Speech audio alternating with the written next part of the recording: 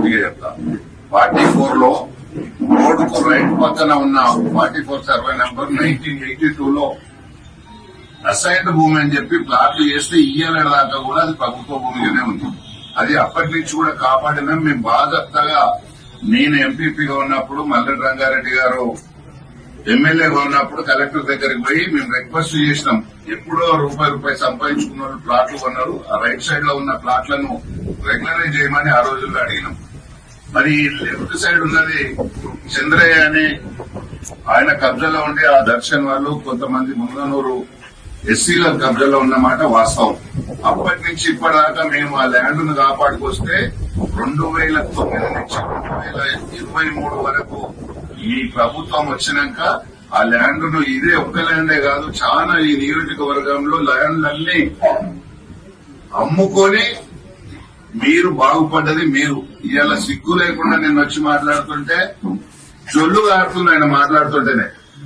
అంటే 23లోనే రిజిస్ట్రేషన్ అయింది, మరి దాని తర్వాత నేను ఏదో చేస్తున్నాను. అది అయ్యింది తెలిసి ఎంబటే మల్లెడ్డి రంగారెడ్డి గారు ఎమ్మెల్యే అయినాక దాని మీద అసెంబ్లీలో మాట్లాడడం జరిగింది, ఆర్టీఓకు లెటర్ పెట్టడం జరిగింది. ఈ నియోజకవర్గంలో ఈ 2.5 సంవత్సరాలలో ప్రభుత్వ భూముల జోలికి ఎక్కడ మేము గాని మా కార్యకర్తలు గాని ఎవ్వరు ఎక్కడ కబ్జాలు చేయలేదు. అవసరమైతే వాళ్ళ కొట్లాటంతా మా ఊరోళ్ళకి ప్లాట్లు కావాలి, లేకపోతే మా ఊరోళ్ళకి ఇల్లు కావాలని కొట్లాడుతున్నారు తప్ప ఎవ్వరు కబ్జాలు పెట్టుకోవడానికి పనిచేస్తలేరు. మీరు మొత్తం దోసుక తిన్నారు. మీరు దోసుక తిన్నారు ఒక రకంగా ఈ నియోజకవర్గంలో. అదేవిధంగా ఈ రాష్ట్రంలో 8.5 లక్షల కోట్లు అప్పు చేసి మీ నాయకులు దోసుక తిన్నారు. సిగ్గు లేకుండా ఇలా రోడ్డు మీదకి వచ్చి మాట్లాడుతున్నారు. మరి ఏం అభివృద్ధి చేసిరో ఒకసారి చెప్పమంటే ఒక్కరి దగ్గర ఆన్సర్ లేదు. నేను ఆ ల్యాండ్ల విషయం ఈ రకంగా వాళ్ళు కబ్జాలు చేస్తే మేము దాన్ని ప్రొటెక్షన్ చేసి పేద ప్రజలకు ఇండ్లు కావాలని కొట్లాడుతున్నాం. అందులో ఎగ్జాంపుల్ గానే మున్గనూరు అనుకోండి, అదేవిధంగా ఇబ్రాహీంపట్నం డిపో పక్కకున్న ల్యాండ్ అనుకోండి. మా గవర్నమెంట్ వచ్చిన ఎంబటే మరి అది ల్యాండ్ లో పెట్టించి అది ఎవరికి అమ్మకూడదు, ఖచ్చితంగా మాకు డబుల్ బెడ్రూమ్ ఇల్లు కావాలి, మా పేద ప్రజలకు కావాలని కొట్లాడుతున్నమాట వాస్తవం. దాన్ని వక్రీకరించి నిన్న మొన్న అభివృద్ధి జరుగుతుంటే మొన్న 2 రోజుల కింద కేటీఆర్ మేము రోజు మీ అందరి సమక్షంలో ఈ 338 కోట్లు అభివృద్ధి పొజిషన్స్ తో వేస్తుంటే ఆఫీస్ పిలిచి తిట్టినంటే నువ్వు గాడిదలాగా వస్తున్నావా, అవలగంలాగా అక్కడిక్కడ తిరుగుతున్నావు, వాళ్ళంతా అభివృద్ధి చేస్తుంటే దాన్ని డైవర్షన్ కూడా ఏ చేతనైతే లేదా అంటే నిన్న వచ్చి ఆ డైవర్షన్ పాలిటిక్స్ నిన్న వచ్చి ప్రెస్ మీట్ పెట్టడం జరిగింది. సన్నాసికి అది కూడా సోయలేదు లేకుండా ₹1 తేకుండా ఏడాదికి ఒకనాడు పట్టణ ప్రగతి అని లేకపోతే పల్లె ప్రగతి అని 1,00,000-2 లక్షలు ఇచ్చి చేతులు దులుపుకున్న దుర్మార్గులు వీళ్ళ ఈ రోజు మాట్లాడటానికి అభివృద్ధి గురించి. మా ప్రభుత్వం వచ్చినాక మా ల్యాండ్లన్నీ అమ్ముతున్నామని ధైర్యంగా మా ముఖ్యమంత్రి గారి దగ్గరికి పోయి అడిగితే ఎంబటే 100 కోట్లు ఫస్ట్ అటెంప్ట్ లో 1 మంత్ లో ప్రభుత్వం వచ్చినాక 100 కోట్లు తుర్కేంజల్ మున్సిపాలిటీకి ఇచ్చింది. తుర్కేంజల్ మున్సిపాలిటీ గాని, పెద్దంబర్పేటకి గాని, ఆదిపట్లకు గాని, ఇబ్రాహీంపట్నం గాని టీడీఆర్ల డబ్బులు మొత్తం కూడా ఎంబటే రిలీజ్ చేయించింది మల్లెడ్డి రంగారెడ్డి గారు.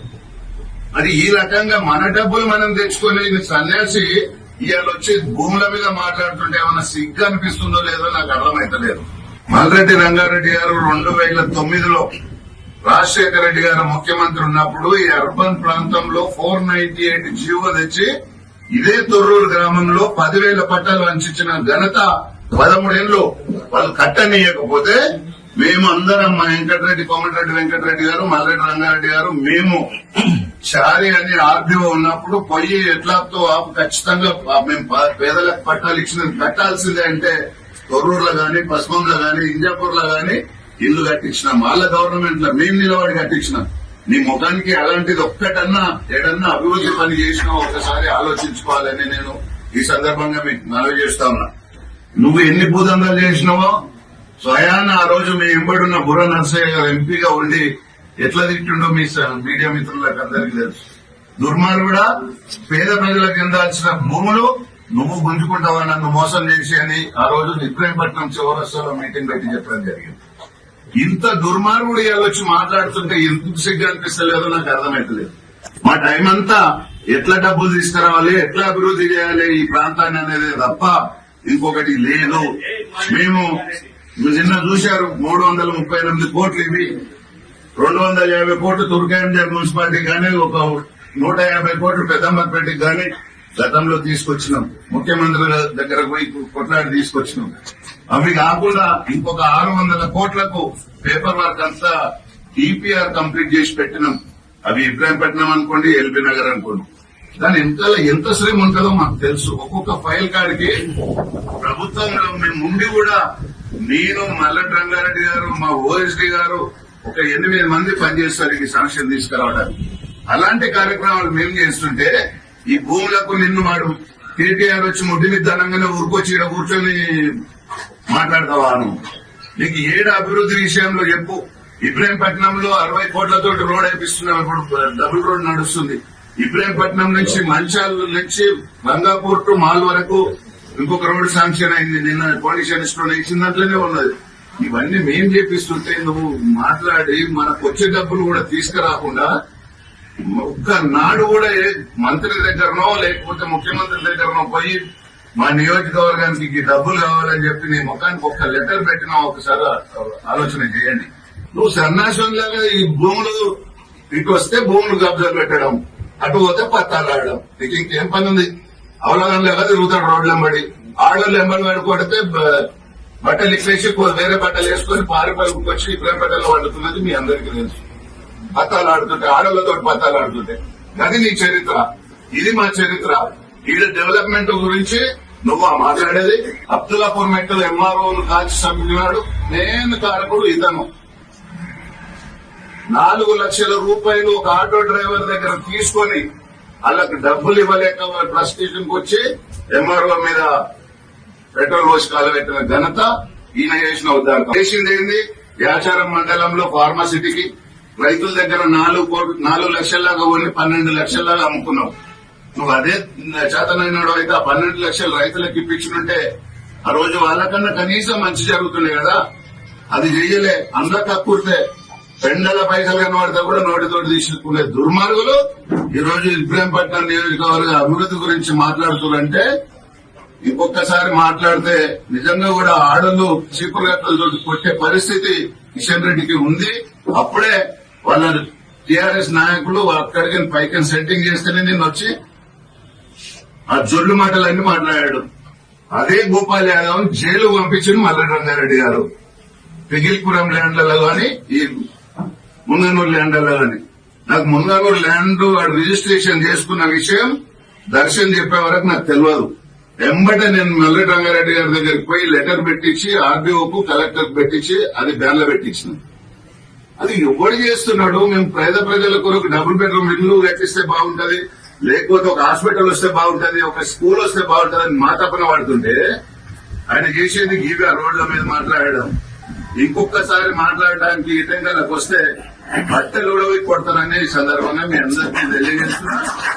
ఏమైనా వాడు 15 ఏళ్లు భూములు కబ్జా పెడితే మేము ఈ 2.5 సంవత్సరాలలో అభివృద్ధి గురించి పోరాటం చేసినాం.